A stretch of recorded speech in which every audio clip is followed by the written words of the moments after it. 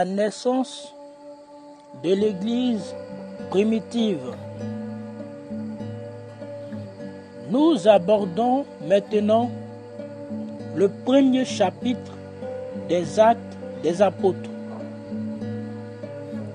Le Sauveur ressuscité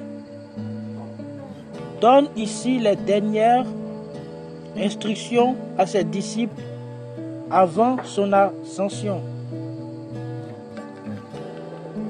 Voici la teneur du 3e verset.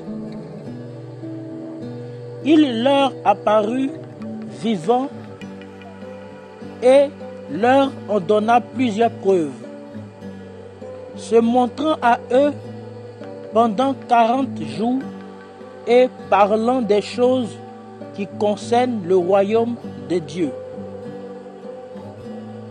L'heure de son ascension est imminente et le Maître, entouré de ses disciples, leur parle du royaume de Dieu. Il a certainement répondu à nombre de questions qui lui ont été posées. Jésus sait qu'il se dérobera bientôt à les yeux. C'est pourquoi il donne à ses disciples, d'une manière si touchante, la puissante promesse du Père. Acte 1, versets 4 à 8. Les disciples doivent être remplis du Saint-Esprit. Acte 1, verset 5, nous dit: mais vous, dans peu de jours, vous serez baptisés du Saint-Esprit.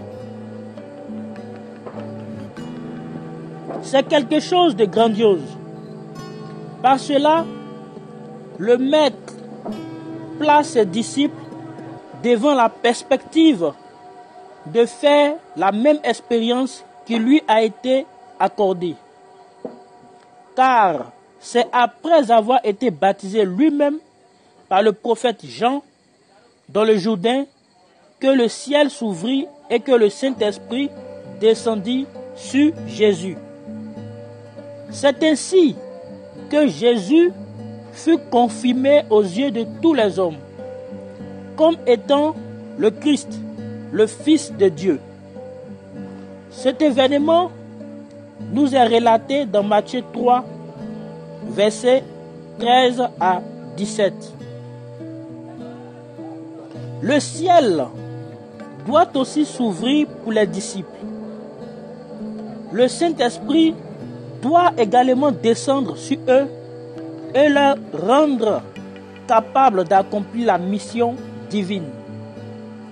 C'est pourquoi il est écrit dans Acte 1, verset 8, « Mais vous recevrez une puissance, le Saint-Esprit survenant sur vous, et vous serez mes témoins. » Sans cette puissance, il n'aurait jamais pu réaliser cette grande tâche.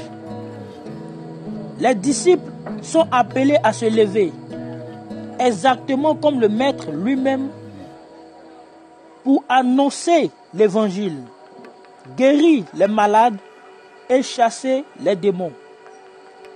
Car ses successeurs ont exécuté le même travail que le Maître. Il est écrit dans l'évangile de Jean, au chapitre 14, verset 12, « En vérité, je vous le dis, celui qui croit en moi fera aussi les œuvres que je fais. » Ces paroles sorties de la bouche du Seigneur se sont réalisées et se réalisent encore exactement comme toute autre parole ou promesse de Dieu. Puis Jésus dit dans Jean 17, verset 18, « Comme tu m'as envoyé dans le monde, je les ai aussi envoyés dans le monde. » C'est vraiment merveilleux que le Seigneur envoie ses disciples avec les pleins pouvoirs.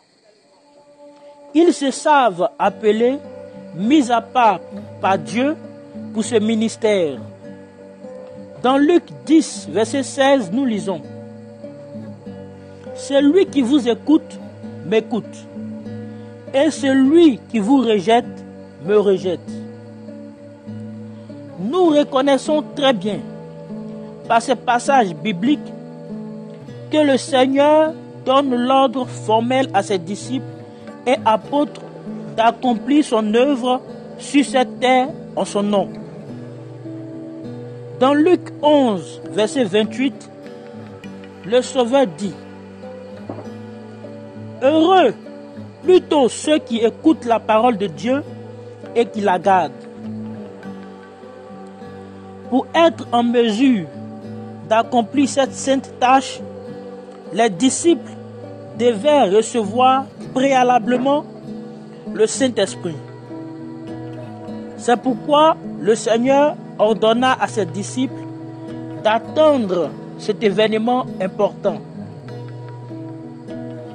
Il n'est pas exclu que les disciples aient interrompu leur maître alors qu'il les entretenait du royaume de Dieu. Alléguant peut-être leur faiblesse, il fit la remarque qu'ils étaient dans l'incapacité d'accomplir tout cela par leur propre force.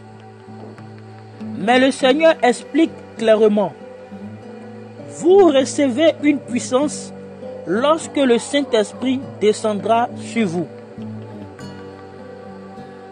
Comme il est merveilleux qu'ils ne doivent pas partir avec leur propre force, mais dans la puissance de l'Esprit de Dieu. Ainsi, une fois pour toutes, Jésus-Christ a défini de quelle manière il veut envoyer ses serviteurs proclamer l'Évangile. Celui qui n'est pas revêtu de la puissance du Saint-Esprit par Dieu lui-même, comme le furent les premiers serviteurs de Dieu, n'est pas en réalité un serviteur de Dieu. Sa mission ne vient pas de Dieu, mais des hommes.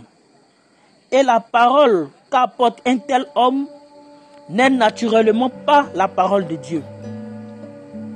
Car ce sont les hommes qui l'ont chargé de parler. Il est très significatif que Jésus-Christ n'ait pas permis à ses disciples d'être ses témoins dans le monde entier avant d'être remplis du Saint-Esprit. Dieu n'a pas encore changé son plan et il ne le fera jamais. L'exemple de l'Église primitive est pour nous le modèle établi fermement par Dieu.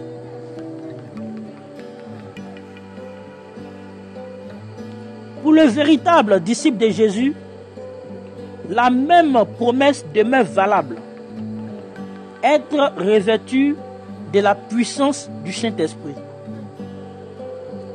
Cependant, si nous jetons un coup d'œil sur la chrétienté d'aujourd'hui, nous ne trouvons plus trace de ce qui était à l'origine.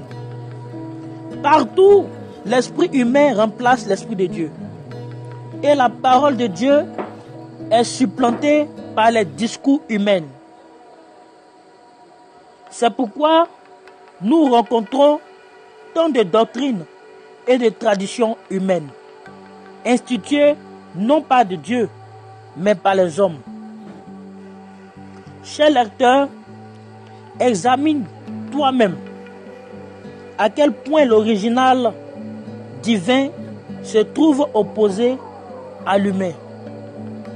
Que le Seigneur Jésus-Christ vous accorde sa grâce pour comprendre la parole telle qu'elle a été inspirée dans sa parole.